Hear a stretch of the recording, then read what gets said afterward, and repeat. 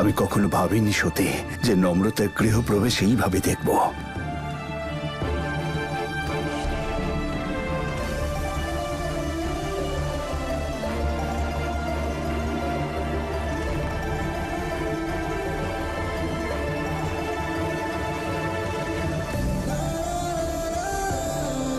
আমি তোমাদের দুজনকে আশীর্বাদ করলাম, ওপরওয়ালা যেন তোমাদের সর্বদা ভালো রাখেন, আর আবিরা যেন তার বাবা মায়ের ভালোবাসা পায়।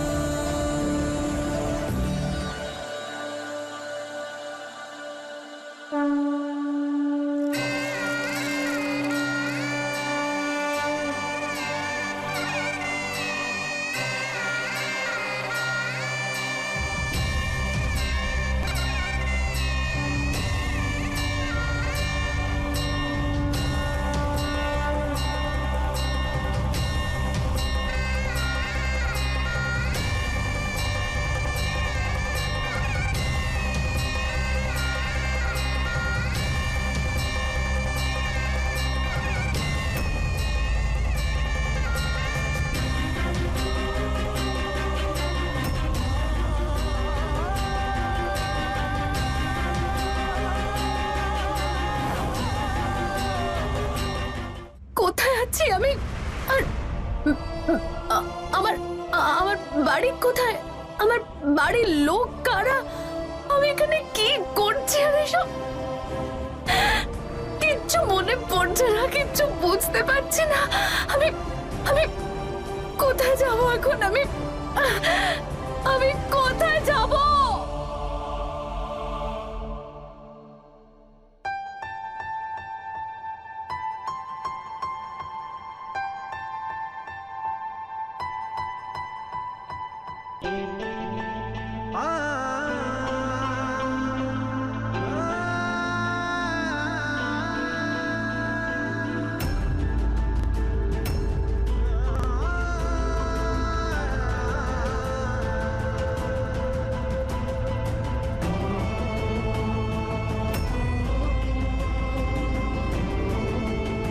ঈশান, ভেতরে এসো।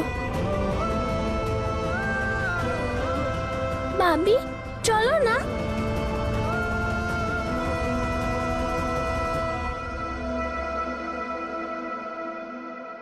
তোমার তো জ্বর এসছে,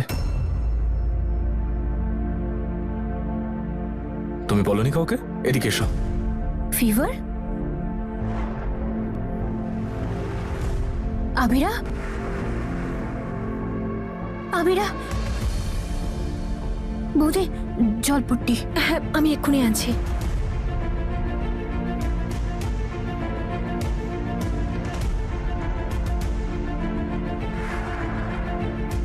বৌদি, এই যে।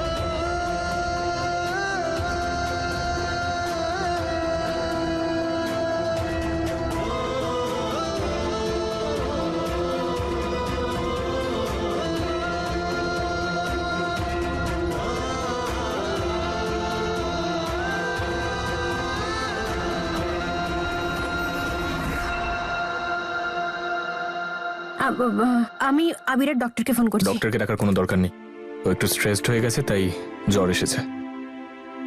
আমি ওর বাবা তো, তাই আমি জানি কি করে ঠিক করতে হবে।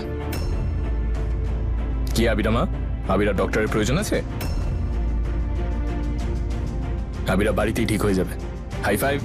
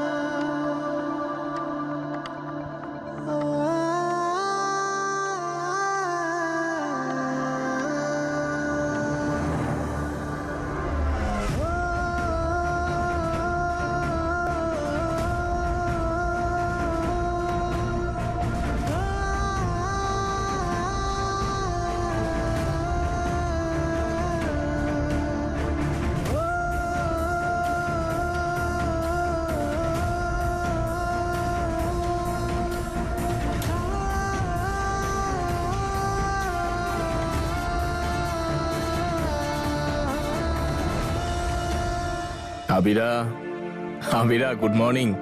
মা ওঠো, স্কুলে যেতে হবে তো, চলো। ঈশান, আবিরের কালকে ফিভার ছিল, আজকে ওকে রেস্ট করতে দাও।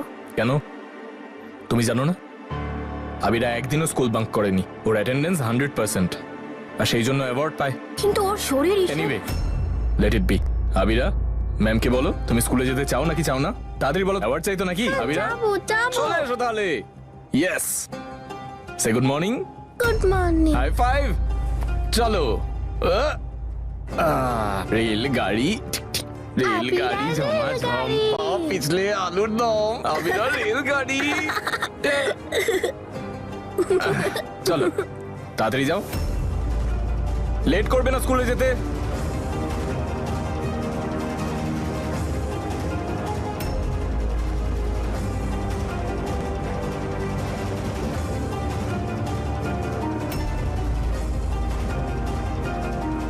এতগুলো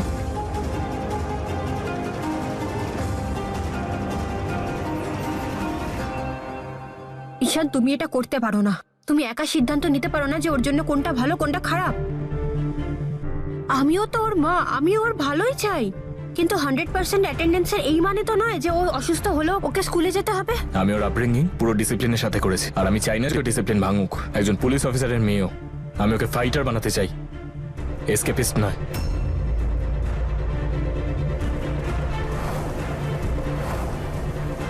ঈশান, তুমি কোথাকার কথা কোথায় নিয়ে আসছো? আমি খালি একটা কথাই বলছি যে মেয়েটার শরীর ভালো না, আজকে স্কুল পাঠানোর দরকার নেই। ওর জন্য আমারও চিন্তা হয়। তুমি বুঝি খুব চিন্তা করো ওকে নিয়ে? চিন্তা না অজুহাত। ওকে যে আমি 6 বছর ধরে ভালোবাসা দিয়েছি, যত্ন করেছি, সেগুলোকে সাইডে রেখে নিজের ভালোবাসা ওকে দিতে চাও? সম্পর্ক এভাবে তৈরি হয় না। আচ্ছা ঈশান, তুমি সম্পর্কের ব্যাপারে এত কিছু তুমি জানো সম্পর্কের আমি ব্যাপারে? যথেষ্ট ভালো করে জানি। তোমার সম্পর্ক রাখার নমুনা আমি দেখেছি। তুমি একদম বাজে কথা বলবে না। ব্যাস এই দেখো, এরা তো নিজেদের মধ্যে ঝগড়া করছে, এভাবে কি করে চলবে? আবিরাকে নিয়ে এদের মধ্যে তো ঝগড়া হওয়ারই ছিল। এরা দুজন তো জটিল পরিস্থিতিতে আবিরার বাবা মা হয়েছে। কিন্তু এভাবে তো কোনো কিছু হতে পারে না। এক কাজ করো, তুমি ঈশানকে বোঝাও, আমি নম্রতার সঙ্গে কথা বলছি।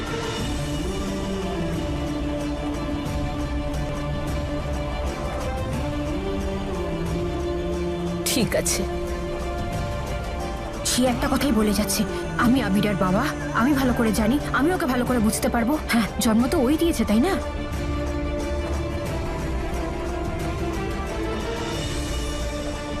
তুই ঈশানের উপর এভাবে রাগ করিস না মা।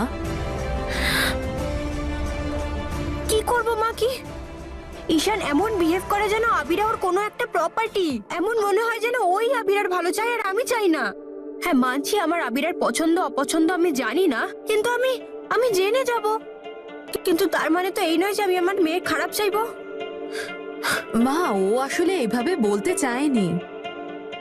আমি অনেককেই দেখেছি বাচ্চাকে নিয়ে নিজেরা ঝগড়া করছে। বাবার চিন্তা ভাবনা মায়ের চিন্তা ভাবনা থেকে বেশিরভাগ সময়ই আলাদা হয়, যেখানে মা তার সন্তানের যে কোনো ছোটখাটো সমস্যা দেখলেই চিন্তা করতে শুরু করে দেয়। সেখানে প্রত্যেকটা বাবাই তার সন্তানকে শক্ত করে তুলতে চায়। সে চায় যে তার সন্তান সব সমস্যা, সব বিপদের মুখোমুখি যেন হতে পারে, যাতে সে জীবনের প্রত্যেকটা সমস্যার সমাধান করতে পারে। তোমরা দুজনেই তাই করছো, আর এখানে কোনো ভুল নেই। দেখ, ও আবিরাকে স্কুলে পাঠানোর জন্য তৈরি করছে, আর তুই ওর জন্য এখানে টিফিন বানাচ্ছিস। সব ঠিকই তো আছে।